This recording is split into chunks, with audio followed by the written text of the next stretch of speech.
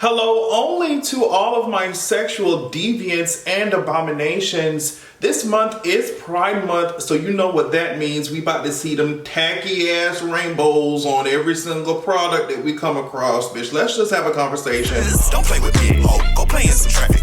Don't play with me, ho. This shit gon' get graphic. They say that I'm the... I mean, a lot of these corporations, they wouldn't even say, "What's up, homo?"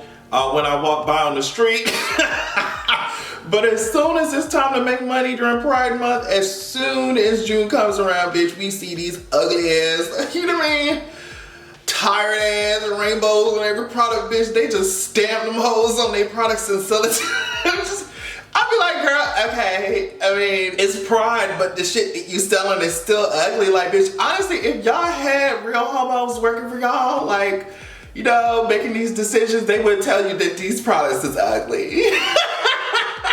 It would be like, hey, boo, there's not a homosexual on the planet who want to purchase this shit. But anyway, it is Pride Month. I'm happy about that shit. This month's about to be crazy. And since I already was talking about corporations, remember to support your local artists, to support the smaller queer artists and the queer businesses that you may find yourself around. That's the most important part. These corporations, I promise you, they don't give a fuck about us. They don't care at all. It's just like, girl, money, money, money. And as soon as July comes, it's just like, a homo? A homo? We ain't never... I don't know what that is. Real quick, speaking of Pride Month, I did not watch the latest episode of Pose because I heard that someone, spoiler alert, I heard that someone kicked the bucket, so I'm just... I'm trying to be in the right space to watch it. Haven't watched it yet, but one of the stars, of course, MJ, she apparently is coming out with a single. And this is kind of cool, in my opinion, just because there's a lot of like videos of her just acting up and singing and shit on social media. And it's really cute and funny. She's talented. So I can't wait to see what she's going to be serving us. That's cool. There is some other stuff going on in the industry, in the TV world, in the music industry as well. But I just wanted to take care of this Monique and Bonnet topic really quick. If you're not aware, Monique, I think she went up onto Instagram and she just did this whole, I don't want to call it a rant, but she was just basically like, hey, guess what, girls? I know that we have been having this conversation about bonnets and stuff and black women in bonnets. And she basically said, I took my ass to the airport and I saw, I'm paraphrasing, please understand that she did not actually say these things that I'm about to say, but she might as well have, in my opinion, bitch.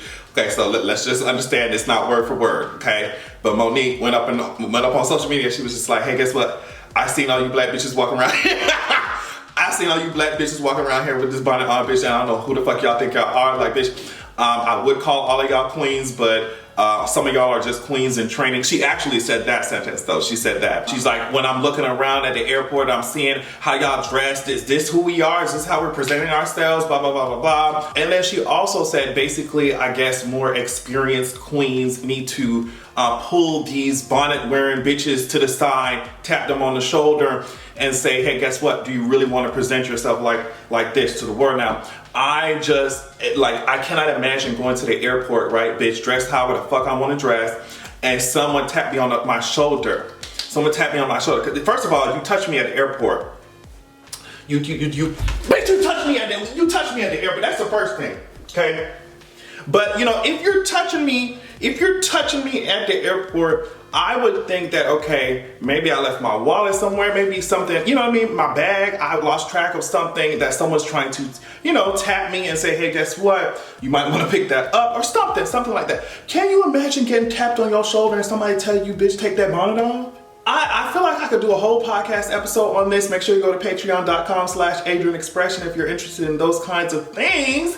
All that content is there for you, but yeah, I feel like I could do a whole podcast episode on how our relationship with like respectability a lot of times fucks us up. Especially since a lot of these rules of decorum and these rules of presentation and respectability and you can't wear that, you have to dress like this, even at the airport. Especially since all of those rules a lot of times were created or enforced to keep black people out of rooms in the first place. And then we're taking those same rules and trying to press them on to other people. It's really corny. I think it's very dangerous, especially when she said something like I said before, she said something like, oh, those aren't queens. I can't call them queens just because they have a bonnet on. You see what I'm saying? And you see how that gets us to devalue each other with the same kinds of rules, like I said, that keeps us out of certain places in society. You don't see white people talking about other white people saying, oh, I can't believe she came to the airport dressed like that. I mean, maybe they'll like make fun of what they're wearing, but it does not come from a place of, oh, we have to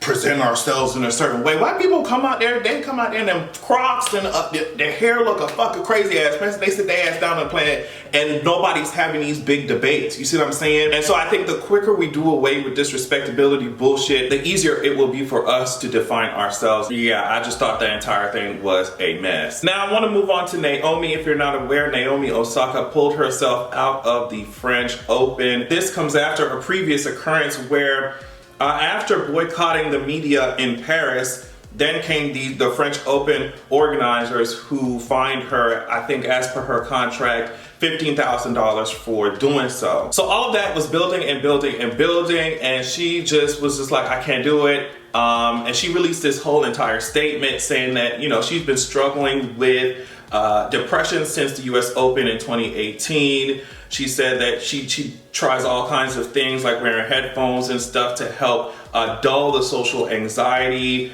But she was just like, I'm getting out of here. It just can be very nerve-wracking to speak to the entire world's media. And I completely understand what she's saying, and I completely understand why she pulled out. And there are a lot of people who were very supportive, especially people who have had to deal with the media in sports, who have had to deal with people minimizing their experience, specifically Venus.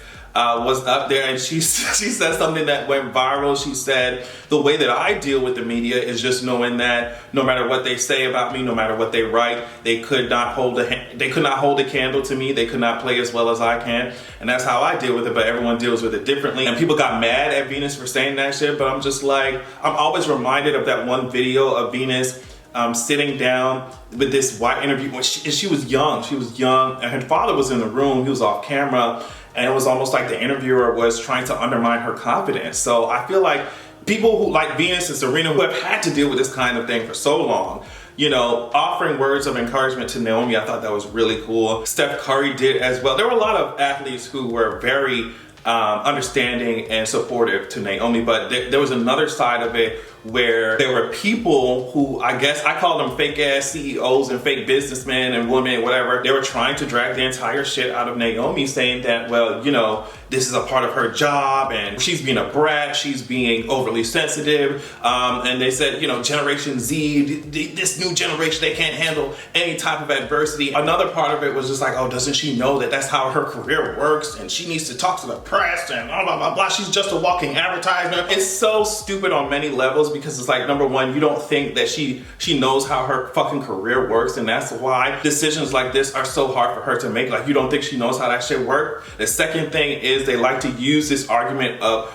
oh, y'all are just too sensitive, y'all can't handle any type of adversity. I take my ass into work even when I don't feel like it. And to me, there's so many levels of this. The first thing is, listen, the shit that y'all tolerated before, I mean, it doesn't matter what industry it is, this new generation is not doing that shit. They're not doing that shit. And I think it's a sense of jealousy, because it's like, if I had to suffer through bullshit, if I had to, you know, sacrifice my brain and my mind and my sanity to make some coin, then she need to be able to do that thing as well. But one of the main sides of it, I think, is the fact that this black woman said, hey, guess what? I'm not going to be mentally tortured for y'all amusement, and y'all don't know what the fuck to do with it. I think that's what it is. That she won't sit there, allow herself to be poked and prodded at, even when she feels like she cannot mentally handle it. She already said she deals with anxiety. It's the fact that a lot of people don't get to watch her be crushed under that pressure, and she took herself out of it. There's a lot of people who want to be entertained by that bullshit. They want to see your ass suffer. And if you dare, especially as a black woman, say, hey, guess what? This bullshit is not for me. We can find other ways to deal with this,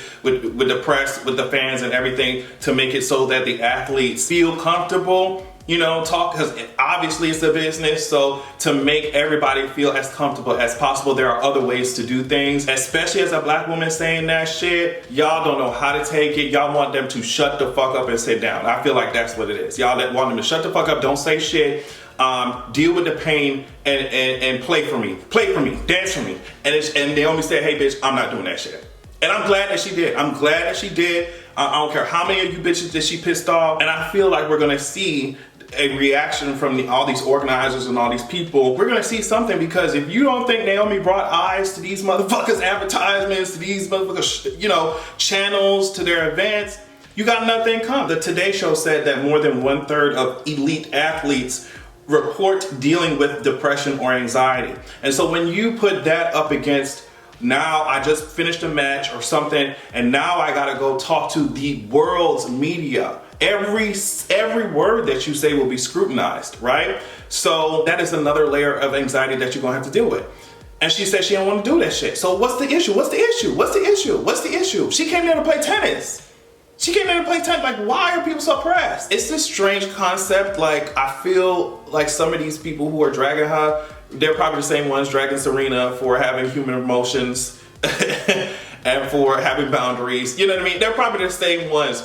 And I feel like a lot of these people feel like they own these people. They feel like they own Naomi. They feel like they own Serena. They feel like they own Venus. Especially they call her arrogant for, like I said, for saying the things that she said. But it's like y'all spend years trying to cut these confident and talented women down. Y'all do. And then when they withdraw and say, hey bitch, I'm not dealing with it, or you bitches better shut the fuck up, or you bitches could never play like me, so all this disrespect that you hoes are giving out, it doesn't even faze me. When they say things like that, it bothers you. It bothers you because y'all want control and y'all want ownership, and it's never gonna happen. It's never gonna happen. I'm so glad, because Naomi know that she that girl. She can come back whenever the fuck she want, because she's just that talented.